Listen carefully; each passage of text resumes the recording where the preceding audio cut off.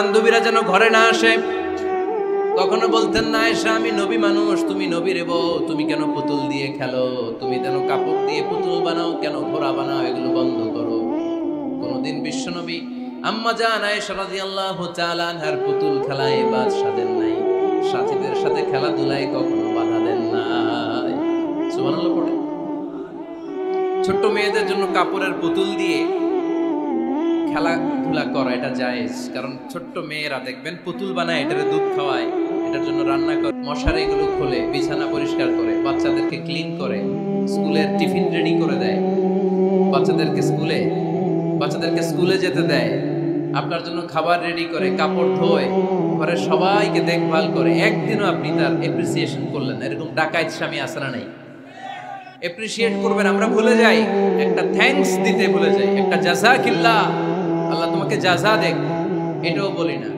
বলবেন তুমি সুন্দরী, তুমি অনন্যা, তুমি সুস্নিগ্ধা, তুমি প্রিয়ঙ্গদা, তুমি সুহাসিনী, তুমি সুকেশিনী, তুমি সুভাষিনী, তুমি অসূর্যম পোষ্যা, মেঘ কালো কেশ, কাজল কালো চুল, হরিণের মতো ডাগর ডাগর দুটি তোমার চোখ। আহা হা হা, পোলাপান খুশি হয়ে গেছে। আহা, ওরা মুখস্থ রাখতেছে, বলবে এগুলা, বিয়ে করে নাই কিন্তু এখনো। তো জায়গা মতো বলবা, গার্লফ্রেন্ডে বলো না। আবার কাকে বলবা? স্ত্রীকে। কাকে? স্ত্রীকে। পারা যাবে না? একটু এপ্রিসিয়েশন দেওয়া যাবে না? ওনাদেরকে একটু প্রশংসা করবেন। প্রশংসা পেলে নারীরা বড্ড খুশি হয়। যদি আপনি বলেন যে তোমার রান্নাটা আজকে অসাধারণ হয়েছে, দেখবেন আরেক বাটি আইনা দিতেছে, খাইতে পারতেছে না, এরপর পাতে তুলে দেয়, আরেকটু খাও, আরে খাও না, আছে না নাই? ওই যে প্রশংসা করছেন, খুশি হয়ে গেছে তো। আপনি 10,000 টাকার বান্ডিল দিয়ে আপনার বউকে যত খুশি করতে না পারবেন, রান্না মজা হয়েছে এইটা বলে আপনি অনেক বেশি খুশি করতে পারবেন। আল্লাহর হাবিব সাল্লাল্লাহু আলাইহি ওয়াসাল্লাম কখনো স্ত্রীদের রান্নার বদনাম করেন না। সুবহানাল্লাহ পড়বেন না? আওয়াজ করে পড়েন সুবহানাল্লাহ। আজ থেকে স্ত্রীর সৌন্দর্যের প্রশংসা করবেন, কাজের প্রশংসা করবেন, রান্নার প্রশংসা করবেন, এপ্রিসিয়েশন দিবেন। পারবেন তো? রান্নার প্রশংসা নিয়ে মজার একটা গল্প আছে, শুনতে চান?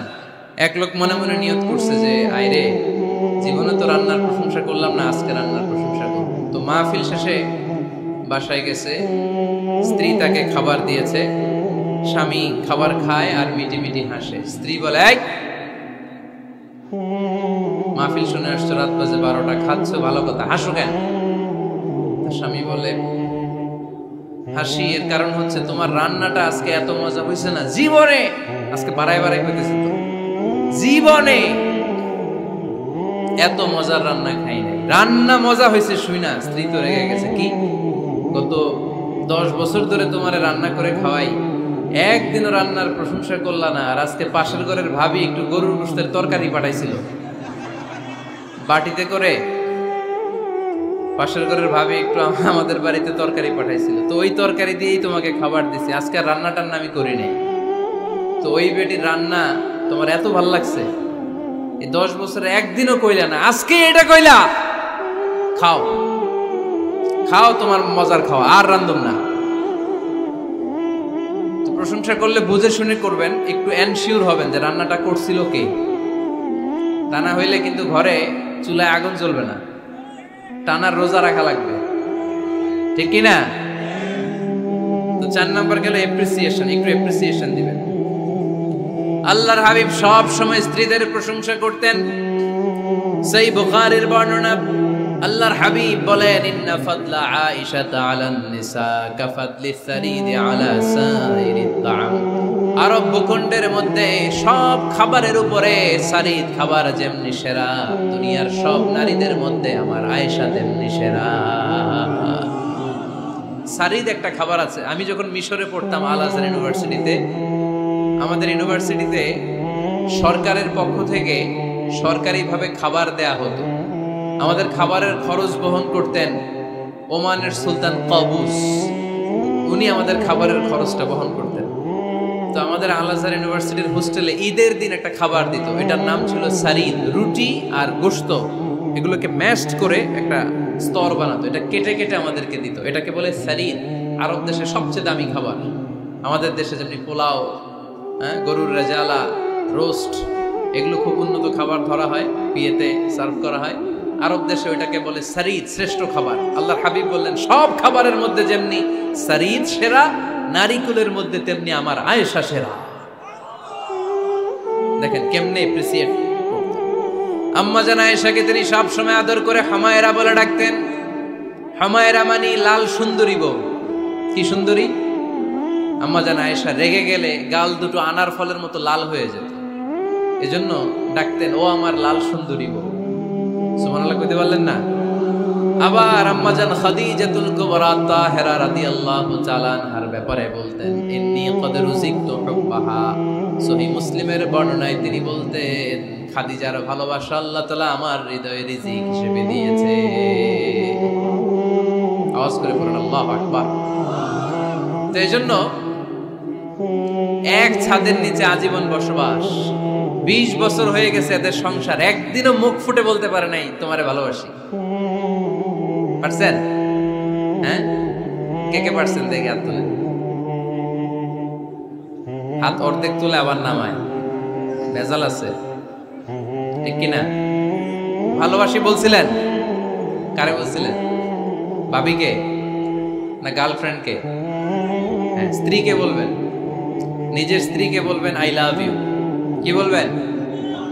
কথা বুঝে না বোধহয়। কি বলবেন? সবাই বলেন। কি বলবেন? মুরব্বী একজনও কয় না, কয় এতদিন কইছি না, অহনও কম না। বলবেন, ভালোবাসা প্রকাশ করবেন। স্ত্রীরা এটা খুব চায়, স্বামীর পক্ষ থেকে এই খুনসুটিগুলো খুব পছন্দ করে। আপনি আজকে যে বলেন, দেখবেন ফ্যামিলির সুখ বাড়তে শুরু করছে। সুনানে তিরমিজির বর্ণনা দেখেন, বিশ্বনবী যে আই লাভ ইউ বলতো তার দলিল শুনেন। সাহাবারা জিজ্ঞেস করলেন ইয়া রাসূলুল্লাহ মান আহাব্বুন নাস ইলাইক, ও নবী কারে সবচেয়ে বেশি ভালোবাসেন? Who do you love the most? নবী কাকে সবচেয়ে বেশি লাভ করেন আপনি? সাহাবারা প্রশ্ন করলেন ইয়া রাসূলুল্লাহ কাকে লাভ করেন বেশি? আল্লাহর হাবিব সাল্লাল্লাহু আলাইহি ওয়াসাল্লাম বললেন আয়েশা, আয়েশা রে। সুবহানাল্লাহ কইবেন না?